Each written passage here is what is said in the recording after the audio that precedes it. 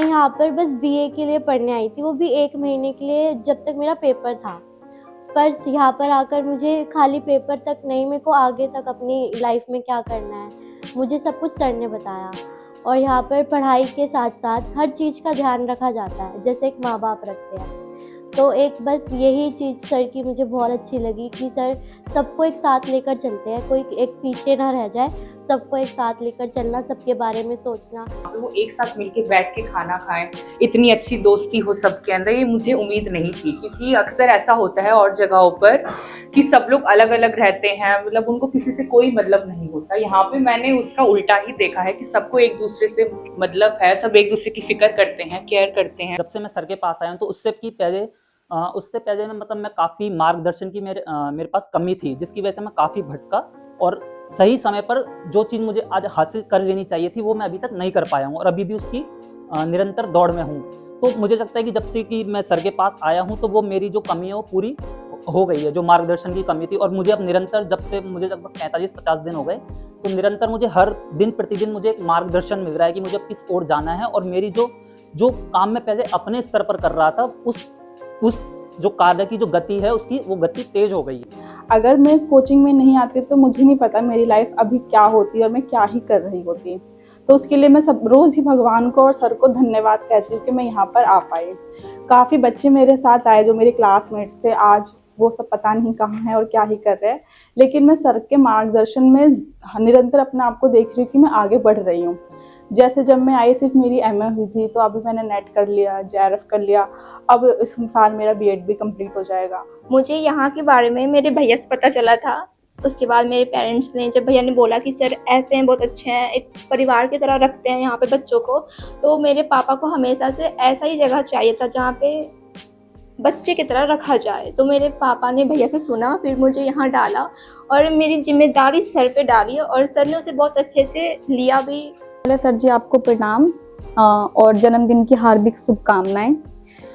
मैं आप सबको बताना चाहूँगी कि पहले मेरी ज़िंदगी बहुत रूखी सी थी, क्योंकि मैंने जो अपनी स्कूली शिक्षा की थी वो गवर्नमेंट स्कूल से किया था और मेरा फैमिली बैकग्राउंड जो वो भी अच्छा नहीं है, यानी कि कोई भी गवर्नमेंट जॉब वाले नहीं है। लेकिन स्कूली शिक्षा है वो भी गवर्नमेंट करी, उसके बाद एमए और बीए किया मैंने, वो भी ओपन यूनिवर्सिटी से किया। तो मेरे अंदर ये कभी ख्याल नहीं आया कि मैं कैसे शिक्षा लूँगी, इतनी बेहतर शिक्षा कैसे ले पाऊँगी। तो एमए के बाद मुझे ख्याल आया कि मैं फर्स्ट डिवीज़न से एमए कर लिया है मैंने, तो शायद मुझे कुछ करना चाहिए अब। और फैमिली बैकग्राउंड में कोई गवर्नमेंट जॉब वाले भी नहीं है और मेरे पापा मम्मी का सपना है कि मैं कुछ गवर्नमेंट जॉब करूँ। तो फिर मैंने सोचा, जब मैं कॉलेज जाती थी मुझे अच्छा लगता था कि वहाँ पे जो प्रोफेसर थे वो लेक्चर देते थे, तो मुझे बहुत अच्छा लगता था सुनना कि काश मैं भी ये कर पाती।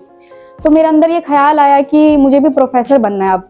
तो मैंने क्वालिफिकेशन में देखा कि इसमें फर्स्ट डिवीज़न आना चाहिए, तभी मैं कर पाऊंगी। तो मैं एमए की तैयारी कर रही थी, तो मुझे उसमें लग रहा था कि शायद काश मेरा फर्स्ट डिवीज़न आ जाए तो मैं नेट की तैयारी करूँगी। तो मैंने फर्स्ट डिवीज़न से एमए किया। उसके बाद मैंने लक्ष्मी नगर, मुखर्जी नगर में काफ़ी 4-5 दिन तक खोज की कि मुझे कोई अच्छा कोचिंग मिल पाए जो मुझे अच्छी शिक्षा दे पाए, क्योंकि मेरे अंदर बहुत कमियां थी, अच्छे स्कूल से मैंने पढ़ाई नहीं करी थी। तो बहुत खोजने के बाद मुझे सर जी मिले और मैंने बहुत सर्च किया और अच्छे रिव्यू के साथ मैंने सर को चेक किया। तो यहाँ पे मुझे पता चला कि यहाँ पे जितने भी हैं सिर्फ आपको लालच देंगे कि 5,000 में हम आपका कोर्स करवा देंगे, 10,000 में करवा देंगे।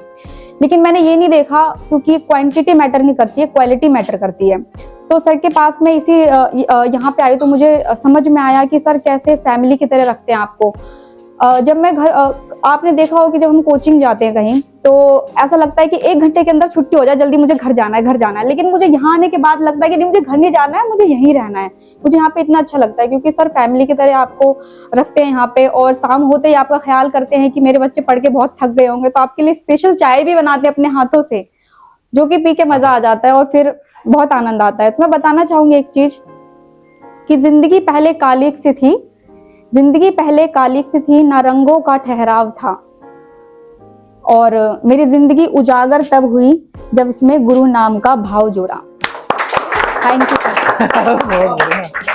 मेरा लाइफ रहा है बहुत संघर्षपूर्ण रहा है, और मैं जिस बैकग्राउंड से आया हूँ वहाँ पे पढ़े लिखे भी कम है। उसमें पहला मैं हूँ जो कि पीजी किया हूँ। तो वहाँ से आना पूरी तरह से संघर्ष से लड़ते हुए, मेहनत करते हुए और जब सर के पास आए, सर का जो यहाँ गाइड मिला, इसे हम सब कोचिंग में पता किए थे, लेकिन जैसे ही सर से कनेक्ट किए तो वो अपनापन फील हुआ। और सर के पास क्या है कि एक पढ़ाने के साथ साथ इंसान को बनाता, और वो मैं बहुत अच्छे से पकड़ता हूँ, क्योंकि मैं इंसानों के भी अपने यहाँ तो बहुत अच्छा से वो ऑब्जर्व करता हूँ इंसान को कि कैसा है या नहीं है। वो ऑब्जर्वर जो कला है वो देख के मैं सर को पकड़ लिया। यहाँ आई थी, 1 साल पहले आई थी देखने कि मतलब कि कैसा है, कौन सी कोचिंग है, कहाँ ज्वाइन करना है। मेरे को तो पीआरटी, टीजीटी, SSS भी करना था, केवीएस का तो मेरे दिमाग में था भी नहीं, क्योंकि मैं चाहती थी दिल्ली में रह के करूँ जो भी करूँ।